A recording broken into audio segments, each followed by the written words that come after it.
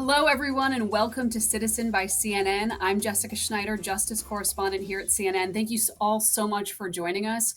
We have an all-star panel today, and we're very excited. I'll introduce them in just a minute. But we also want to hear from all of you watching throughout this conversation. And the way you can do that is by going to the lower box to the right of the player. That's where you'll be able to submit some questions. We already have some questions in the queue, so looking forward to all of the questions that any of you may ask. So, of course, we are just less than 2 weeks away from the midterm elections and just about 2 years away from the presidential election.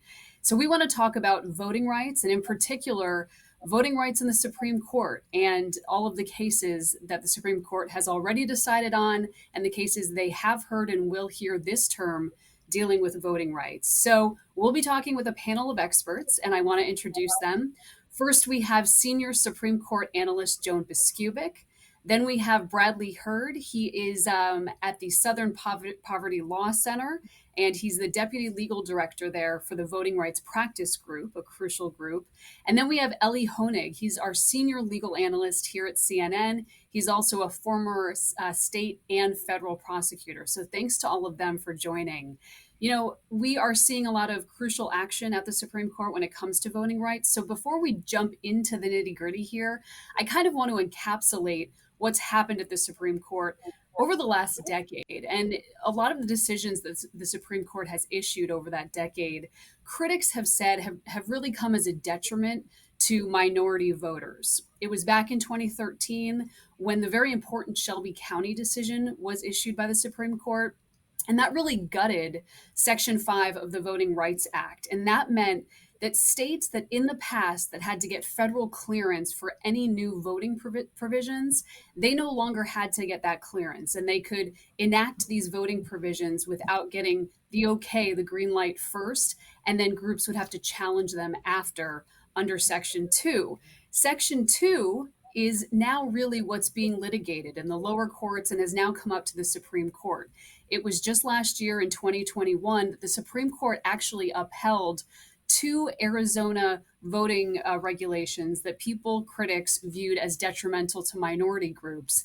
The Supreme Court upheld that. And then they also suggested in their decision that a state's interest, like preventing voter fraud, could really outweigh concerns from people bringing up these concerns about how it might impact minority groups. So that was Brnovich in 2021.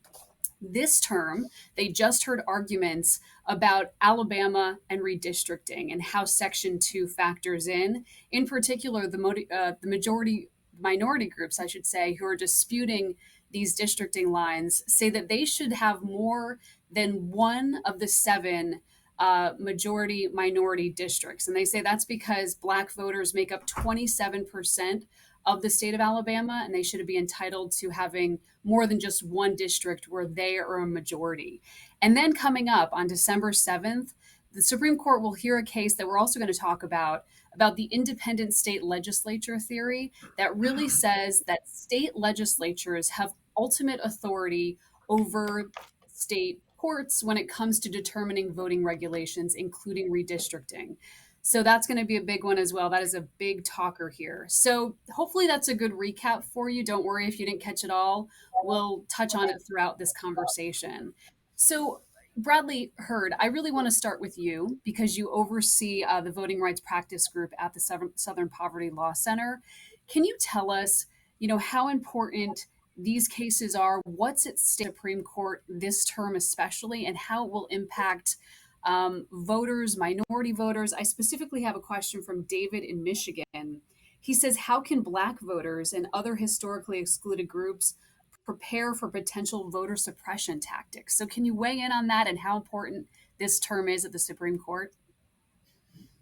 Well, first, thank you for having me, Jessica. It's a pleasure to join you all and to join the rest of the panel. I think you laid it out perfectly in your intro.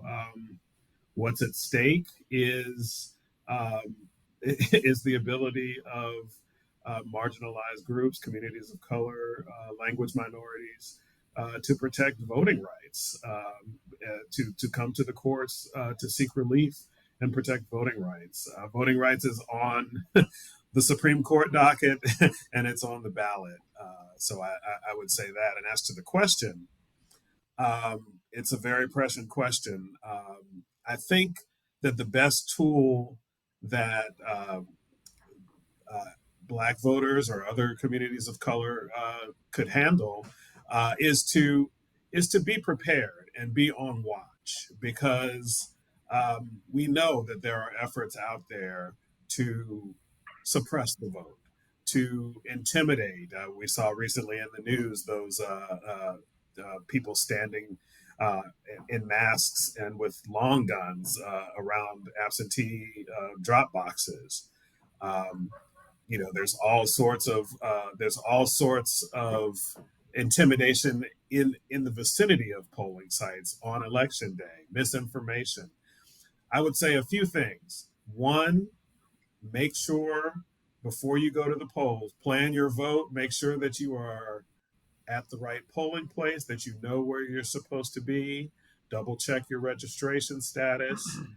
Um, and once you're there, stand in line. If you're there at the time that polling places close, stand in line. You have the right to vote. If you show up at your polling place and you know that you're in the correct polling place based on your address, but they don't have you on the rolls, ask for a provisional ballot. That's your right under federal law.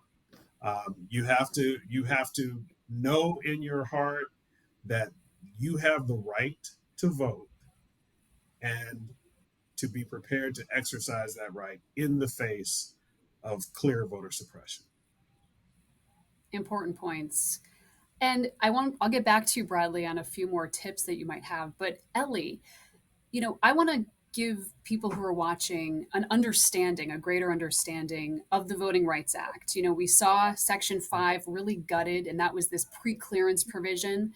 So now the only real remedy for people who believe that they might be disenfranchised is to go via Section 2 of the Voting Rights Act. Can you break down that section a bit? Tell us what it entails and how people can get some relief using Section 2? Sure, Jess. So under the Voting Rights Act, there were really two tools that people could have if they wanted to challenge the way that the states gerrymandered, the way the states set their voting districts or set voting procedures, Section 5 and Section 2. Section 5, as you said, is essentially gone now. It was wiped out in 2013 in the Shelby County versus Holder decision. That used to require certain states, to go to DOJ and get pre-clearance for any new voting provisions, any new voting arrangements, the drawing of voting lines. On the theory that you have these certain areas of the country where there's a demonstrated, established history of discriminatory practices in voting. And there was a memorable sort of back and forth in that opinion where the majority said, essentially, we don't need it anymore. We've grown, we've progressed, we don't have these same problems anymore. And Justice Ginsburg, in I think a memorable dissent, said, that's like arguing that you don't need an umbrella anymore in a rainstorm because you're not getting wet. I mean, I'm not getting the exact quote right, but the whole point of why you're not getting wet is because of the umbrella. Nonetheless, that is the law now. That is the ruling of the Supreme Court. And so there is no more Section 5, which leaves people with only Section 2 of the Voting Rights Act, which essentially makes it illegal to discriminate in voting regulations, voting laws on the basis of race, sex, gender, national origin, etc.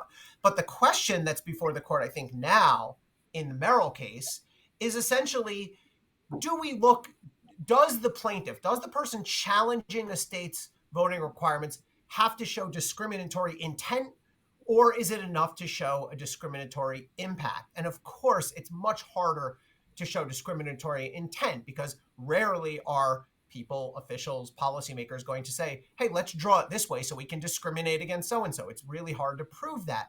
Instead, what traditionally has been done is you say, regardless of whatever the intent might have been, which we're not really able to demonstrate, here's the result. You have X% of the state is black, let's say, to use the most common example, but only half of that will result in seats, that will go to potentially to black winners. So in other words, the idea is you're setting up a certain population so that they will have vastly disproportionate underrepresentation in the election. So the question for the Supreme Court is what has to be shown here.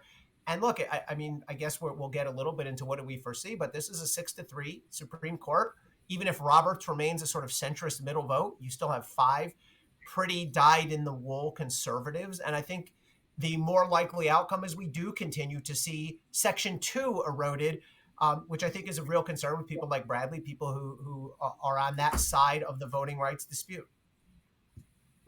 Yeah, and you know what, Ellie? That exact quote, because I wrote it down. Justice Ginsburg said, the decision kind of gutting Section 5 because, oh, we don't need it anymore, we don't need this pre-clearance anymore, was like throwing away your umbrella in a rainstorm because you're not getting wet. You were very close on that There you quote. go. She That said it was- better than I did, but yeah, I got the gist. So, Joan, let's bring you into this conversation here because you very closely followed the Supreme Court. You've been doing it, I think, for several decades now, and you do it wonderfully. Talk to us a little bit about what you're seeing set up this term. Last term we saw that Brnovich decision where they sort of whittled away a little bit of Section 2 when it came to those 2 Arizona voting provisions. So, what are you seeing? I mean, I have one question here from Adam in New York, and he says, is the Supreme Court likely to eliminate the Voting Rights Act this term from the Merrill cases? And if they do, what's the future of voting rights in this country? And I don't think they won't completely eliminate the Voting Rights Act, but they seem to be continually whittling down Section 2. What's your takeaway so far? That's right. Thanks, Jess, and so glad to be here with my fellow panelists. I was in the courtroom for that case from Alabama that Ellie just referred to that's testing how easy it will be for anyone to bring a discrimination case under Section 2 of the Voting Rights Act. They're not going to get rid of it. They're just going to make it harder and harder, I believe, based on the oral arguments and based on the pattern of this court, to bring claims. For example, in the Alabama case, the issue is whether the state had to draw 2 majority Black districts because of, as you said, Jess, the 27% Black population, but only 1 district of the 7. And the lower court had said, under traditional districting principles, you should be able to draw 2. And so I think where the court is headed is to make it harder to challenge state legislative practices that dilute Black votes, but they're not going to get rid of all of Section 2 the way they did Section 5. And just to step back for a minute and tell you about sort of the tone of this current Supreme Court on voting rights, I've been watching it for a long time, and obviously Shelby County was a turning point. You saw a 5-justice majority really flex its muscle on voting rights, led by John Roberts. This is not an area of the law where John Roberts is taking a middle ground. John Roberts is essentially leading the charge. But during those arguments in the Alabama case, the dynamic was so different where the conservatives hardly said anything because they are so clearly winning. Justice Neil Gorsuch did not ask a single question. Justice Clarence Thomas said very little. Even the chief said little. The whole conversation was driven by the 3 liberal justices, all women, 1 white, 1 Black, 1 Hispanic, all trying to change the narrative on race instead of saying, as the current majority believes, that things are okay now, or that the country needs to move more toward a concept of race neutrality. New Justice Jackson, for example, tried to bring the story back to the idea that federal law and also the Constitution's equal protection guarantee were all based on the idea that you have to consider race to get beyond discrimination, to bring about equality. So I think that we're going to see in this area of the law more incremental chipping away at the Voting Rights Act, which it's so interesting that yet we have another case from Alabama because obviously the 1965 Voting Rights Act was passed only after the Bloody Sunday incident in 1965 in Selma, Alabama, on the Edmund Pettus Bridge that spurred the nation to believe that we need the Voting Rights Act. And in those oral arguments that both Bradley and Ellie have referred to earlier this month, Justice Kagan said, this is a gem of our country, the Voting Rights Act, and you keep eviscerating it. When you ruled in Shelby County, you said, okay, you don't really need Section 5 because you have Section 2 dealing with, discrimination after the fact. And then in the 2021 case of Brnovich from Arizona, you curtailed it a bit, but said, "Oh no, don't worry. It's still available for vote dilution claims." And she said, "Where are we now? What are we actually left with?" Yeah. And I want to get more into Chief Justice John Roberts in just a minute, Joan. But Bradley, let me ask you, in this case that's going to be decided later this term out of Alabama, the Alabama Solicitor General actually said that race should not be considered when it comes to redistricting. He said that would be a violation of the Constitution. Who knows if the justices will buy that argument? The challengers definitely pushed against that. But what is your take on this argument that race isn't even something that should be looked at when it comes to redistricting? Obviously, that might help Alabama's case in this instance. It's preposterous, Jess. I mean, to just put a fine point on it, and let's go back to the point Joan was just making. I mean, all of these landmark voting rights cases. She mentioned that the Voting Rights Act itself came after Bloody Sunday in Selma, Alabama. The the Shelby case in 2013 that essentially eliminated Section 5 of the Voting Rights Act came out of Shelby County in Alabama. Now we are back before the Supreme Court with yet another case, this time a redistricting case, coming out of the state of Alabama. And for Alabama to walk into the Supreme Court and to say with a straight face that the way to address discrimination in voting is to take a race blind approach to Section 2 of the Voting Rights Act is just devoid of common sense. It's devoid of any sort of historical context. And I think this is the point that Justice Jackson just made so beautifully. And speaking as a Black lawyer and as a person who is now leading a team of voting rights warriors at the Southern Poverty Law Center, I mean, I was so proud of Justice Jackson when she just took a moment to pause and say, listen, this act has a historical context. The Constitution has a historical context. It is not race neutral. The 13th, 14th, and 15th Amendments were born out of the Civil War. And they were born out of an effort to help newly emancipated African Americans to avoid slavery, B, become full citizens in this country, and C, exercise the right to vote. So to conceive of Section 2 of the Voting Rights Act in any sort of race blind way is just a preposterous argument from the state of Alabama.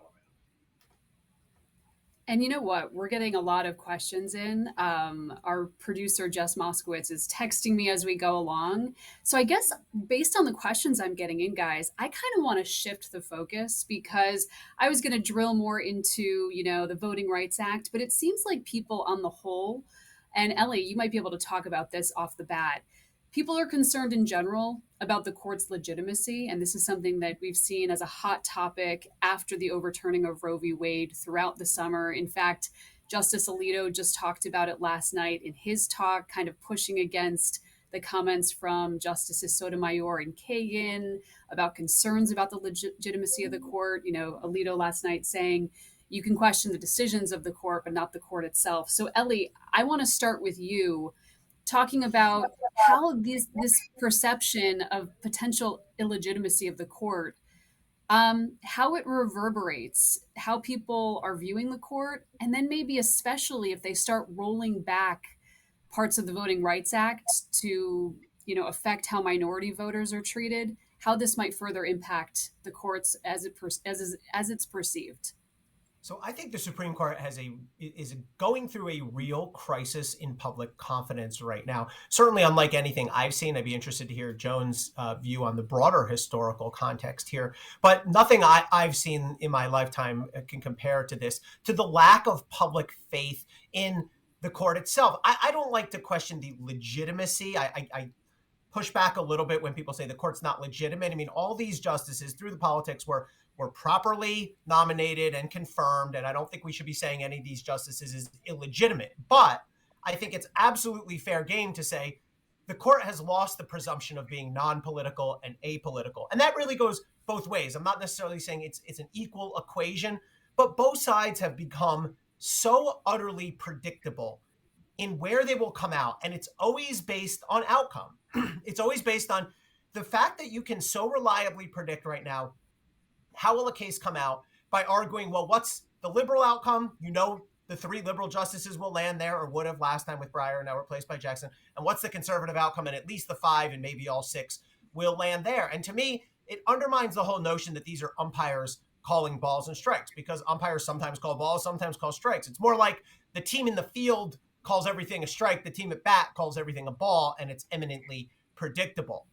I am personally really, really sick and tired of being lectured by these justices. They live in this cloistered world where they're all powerful and they serve for life. And if they wag a finger, their clerks go running and everything they say goes.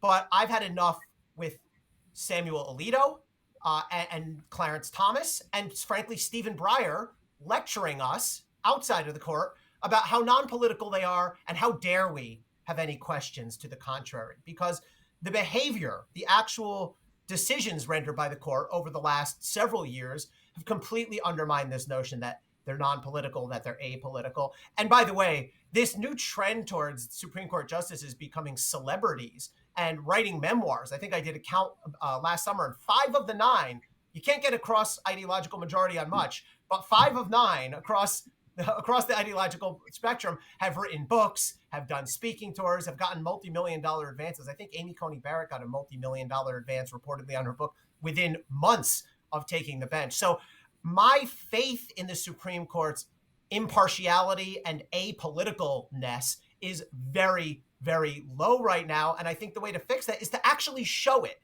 in the rulings and not to just constantly lecture us about it.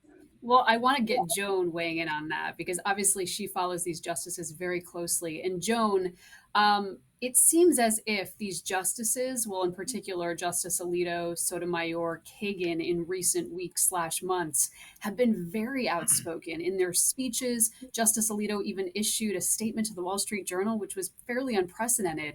So I want to get your take on that. And then I'll just throw in a question that you can kind of wind into your answer. Janet Shapiro from New Jersey says, since the Supreme Court has become so politicized, that's her view, how can we trust that they will adjudicate correctly if a state tries to implement voting regulations that negatively impact minority groups? So you can take both of those and answer it how you will.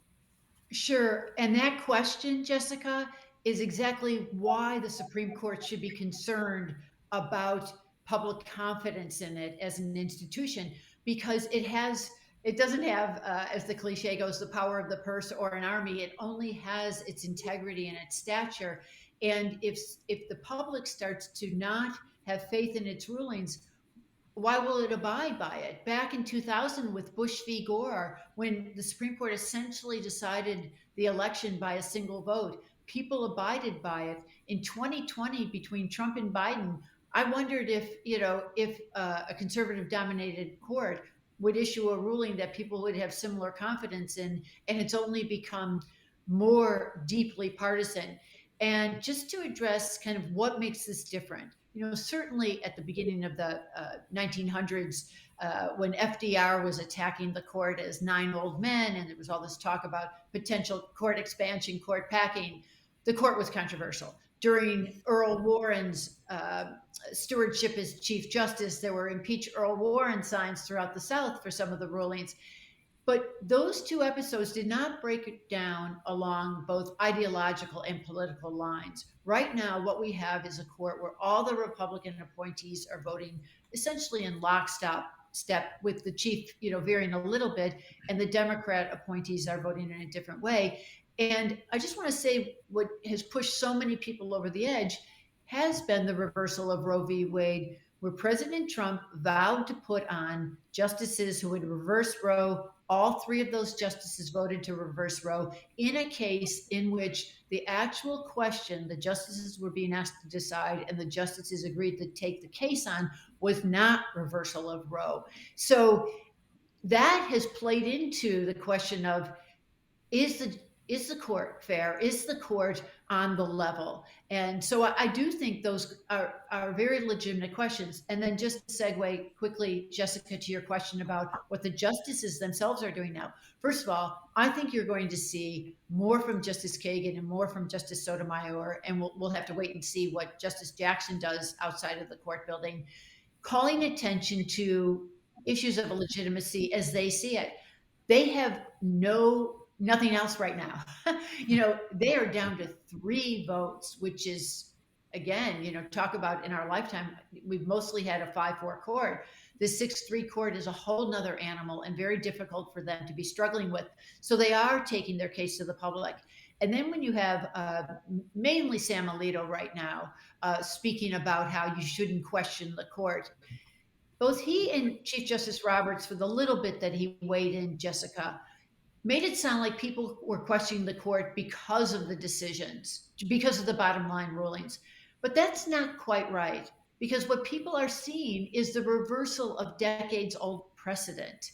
It's not just that they don't like the bottom line rulings, it's that they don't trust the process. And I think that's what should give everybody concern, especially as we go into 2 more election cycles. And let's just say for 2024, if there is an issue and the Supreme Court is called upon to decide a presidential election, how much faith will the public have in this Supreme Court?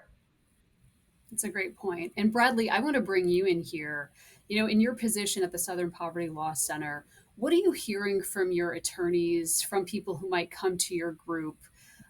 What are their concerns about, the politicization of the Supreme Court? Are those big concerns when it comes to the fact that they will be considering 2 crucial voting rights cases this term? Well, it's a huge concern. People rely on the fairness of the courts, and right now, people don't believe that they're getting a fair shake out of these courts. You have seen an effort by the Supreme Court this term to sort of interpret the Purcell doctrine, which is this theory that the court has recently adopted that says that it's probably not a good idea for courts to get involved in cases too close, in voting cases too close to an election. Well, some of the most serious charges related to elections happen near the election, but interpreting that in a way that allows the state of Alabama, for instance, you had a unanimous 3-judge court with 2 Trump appointees say that Alabama's congressional map was discriminatory on the basis of race, and they ordered Alabama to stop it. And then, what does the Supreme Court do? They say, well, it's too close to an election, so we're going to let the bad map stay there. Same thing happened in Louisiana with their map. A lower court says the map is discriminatory. Got to do something else. Supreme Court steps in. No, you're going to have to use the bad map, and the same thing in North Carolina. So it's a legitimate question that people come to us and say, well, is it going to matter? Are we going to get a fair shake? And even if the lower courts stand with us, is it just going to get overturned, by a higher court? It's a very serious. And that is such an important and actually interesting point, Bradley, that I want to jump off maybe to ask Joan about, because you're right. These 2 lower courts out of Alabama, that the lower court out of Alabama did say that the new district maps violated the Voting Rights Act. So, Joan, why does in that case, when it seems pretty clear cut, Why does the Supreme Court jump in, and can it be read any other way than maybe they want to kind of rework the interpretation of Section 2 of the Voting Rights Act? Well, that's a good question, and a couple things on that. These voting rights cases, many of them, as in the Alabama one, the Supreme Court does have jurisdiction. It's kind of a mandatory jurisdiction where they will hear it, but they have signaled enough a kind of aggressive approach to these based on some of their other actions that led up to this. For example, reversing the lower court for the current election cycle before they even heard the merits here. And the same thing with the North Carolina case that you're talking about for the independent state legislature theory.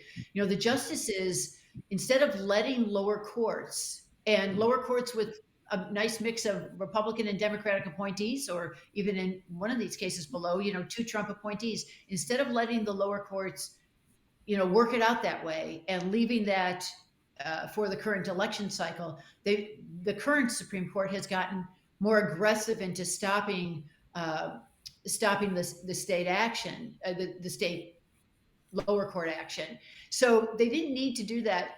But, you know, I will say that the court as a whole, in its signaling in these cases, and just to step back just for a tiny bit on another racial issue, and that would be affirmative action on campuses.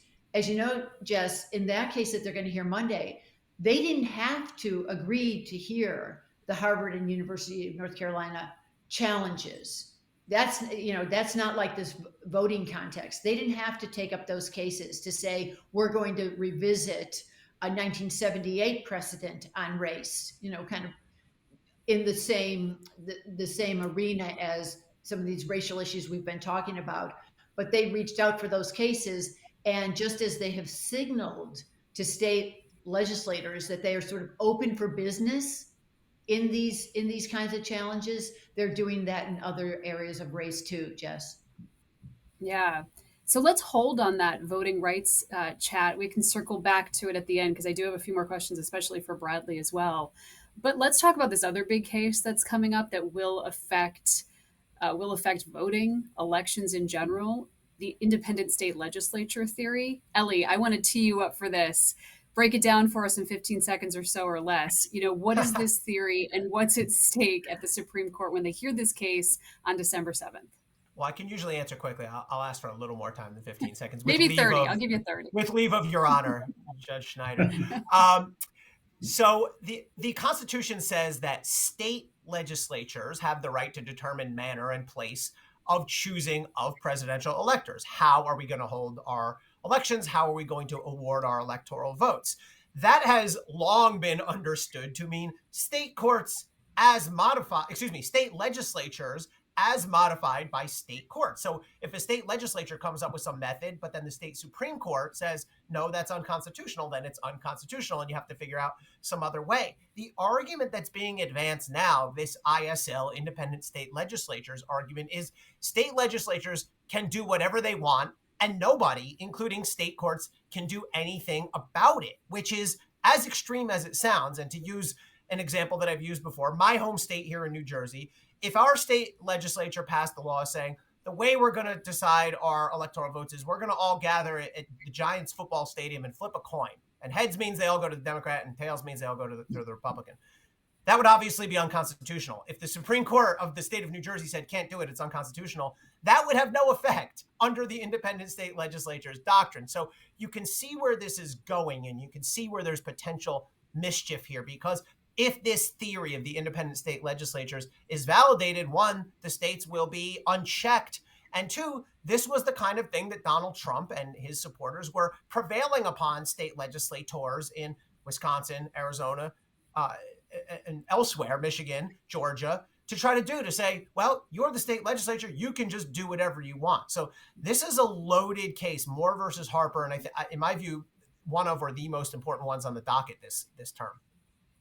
Yeah, a loaded case indeed. So, Joan, I want to ask you, do you really think that the Supreme Court is going to go all the way here and say, yes, we believe in this theory, state legislatures can do whatever they want, can't be really be overruled by state courts. That it could potentially go to a federal court or the Supreme Court.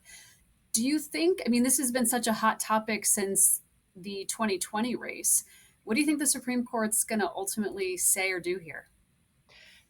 Jess, I think this is one where they pulled their punches a little bit. This one is so big, and there are so many potential ramifications for state power. Power within a state, the legislature, the state courts, the governor. There's so many scenarios that I think would have to play out for them to come in at this point without any kind of really lower court action on this topic in a way that's thrashed it out. I think it would be very risky. And even though three of the most conservative justices have signaled that they have an appetite for this, and Brett Kavanaugh has said at least it's time to explore it. I don't think they're ready to really plunge ahead the way they've been doing on, say, the Voting Rights Act. And that's because right now the state legislatures are dominated by Republicans. And, it seems like so many of the Supreme Court's actions these days benefit Republicans. But, you just don't know. I mean, you take some of these state legislatures that they have a potential to go rogue themselves. Right now, the court is worried about state courts going rogue or rejecting state legislatures. But, it will cut both ways. And I could see them allowing, preventing any kind of challenge to the extreme partisan gerrymander in North Carolina. But I am not anticipating a really sweeping ruling because it's still an area that has to be worked out. The theory, as it was first articulated by William Rehnquist in just a 3-justice opinion back during Bush v. Gore, it was joined only by Antonin Scalia and Clarence Thomas, couldn't even get the support of Justices Kennedy and O'Connor back then, as they even ruled for George Bush. And I just think it was a theory that went nowhere. Nobody seized upon it until the Trump campaign in 2020. And I as much as I think that this court could take a step in that direction, I don't see it completely ceding power to state courts with state legislatures, with no state court possibility of checks under state constitutions. Right. So, Bradley, give me your take on this. The fact that this theory has even gained enough traction to now be before the Supreme Court in the year 2022, and also the fact of what we're seeing potentially in less than 2 weeks at the midterm elections. We've already seen lawsuits filed in advance, sort of disputing voter eligibility. We could see a flurry of lawsuits after, and this is just for a midterm election, and could be multiple times more what we see in terms of litigation than 2020. And it's all based on this idea that Trump flouted these false election fraud claims. So what are you bracing for? What are you concerned about? What are you seeing? Well, let me just say, first of all, I hope Joan is right. I hope that the court has sense enough not to take this bait. But it is concerning that it's even before the court. It is just one in a series of markers that this country is moving further and further away from principles of democracy, and that's dangerous. And I think there's a very heightened sensitivity to it. You've seen a lot of people turning out early to express their opinions at the voting booth. We mentioned the Dobbs case earlier. I think that was a wake up call to Americans. That this is a threat to principles of freedom and democracy that all Americans hold dear and should hold dear. I mean, if they can take away, the right, for women to make decisions, that affect their own bodies and their own health, what comes next? I mean, that injustice is not going to stop there. And Clarence Thomas, I believe it was, made that explicit. I mean, that the right to privacy is at issue. The right to marry, the right for same-sex couples to have freedom in their relationships. All of it is on the table. And as people come to the ballot box this November, they are worried about that, and they need to make their decisions um, in that light because we are a couple of elections away, maybe one election away, from having the basic notions of democracy that secure our freedoms in this country. Those are in danger. And to that end, Ellie, I got a really interesting question right off the bat, even before we started. So, obviously, a very engaged and excited participant in this, Joe from California. And this is what he says: Is it constitutionally possible to have a national referendum on the right to vote, creating national standards and methods like vote by mail? I assume not, because elections are regulated state to state. But what do you think of that question? It's a great question, a smart question, a creative question, but the answer is no. It is possible to pass legislation theoretically, but we do have a decentralized election system here. There is no federal Department of Elections.